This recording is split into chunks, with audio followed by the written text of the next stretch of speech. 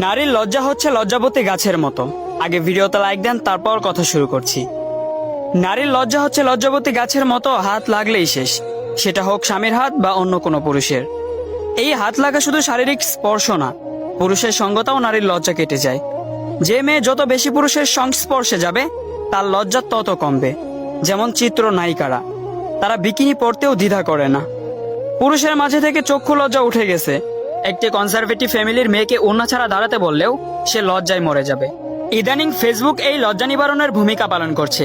ফেসবুকে ছেলে বন্ধু বেশি, ছেলে বন্ধুর সঙ্গে পিরিয়ড নিয়ে কথা বলে, ফ্ল্যাট করতে গিয়ে শরীর নিয়ে নগ্ন কথা বলে, মাইন্ড করলে বলে just kidding, take it easy. আর এই ইজিলি নিতে নিতে সেই অশালীন বিষয় আর অশালীন লাগে না, লজ্জা শেষ হয়ে যায়। আবার ফেসবুকে প্রেমিক বেশি, কেউ প্রেমে পড়েছে তো প্রেমিক রোমান্সের ছলে অশ্লীল কথা বলে স্বামীর মতো, এরপর ব্রেকআপ হয়। আবার কারো প্রেমে পড়ে, আবারও চুম্মাচুম্মি, আরো কত কি করে, আবার ব্রেকআপ। লজ্জা শরমের মাথা খেয়ে মেয়েটা একসময় নির্লজ্জ হয়ে যায়। প্রেম নারীর লজ্জাশীলতাকে গ্রাস করে, পুরুষের সব বিলীন হয়ে যায়। নারীর কাছে পুরুষের উপস্থিতি ইয়াবার মতো, প্রথমে একটা খেলে চিনি কাছে, পরে 20-25টা খেলেও কাজ হয় না। এক সময় পুরুষের প্রতি ফিলিংস কাজ করে না, প্রেমিকের ভালোবাসা তার কাছে পানসে লাগে।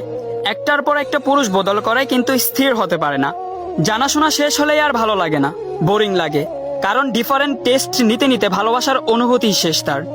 মুরব্বীরা বলতেন বিয়ের পর মেয়ের লজ্জা কমে যায়, বাচ্চা হবার পর আরো কমে যায়। তখন বুঝতাম না, ভাবতাম লজ্জা ফোড়ার মতো কিছু, বিয়ের পর গলে যায়। আগে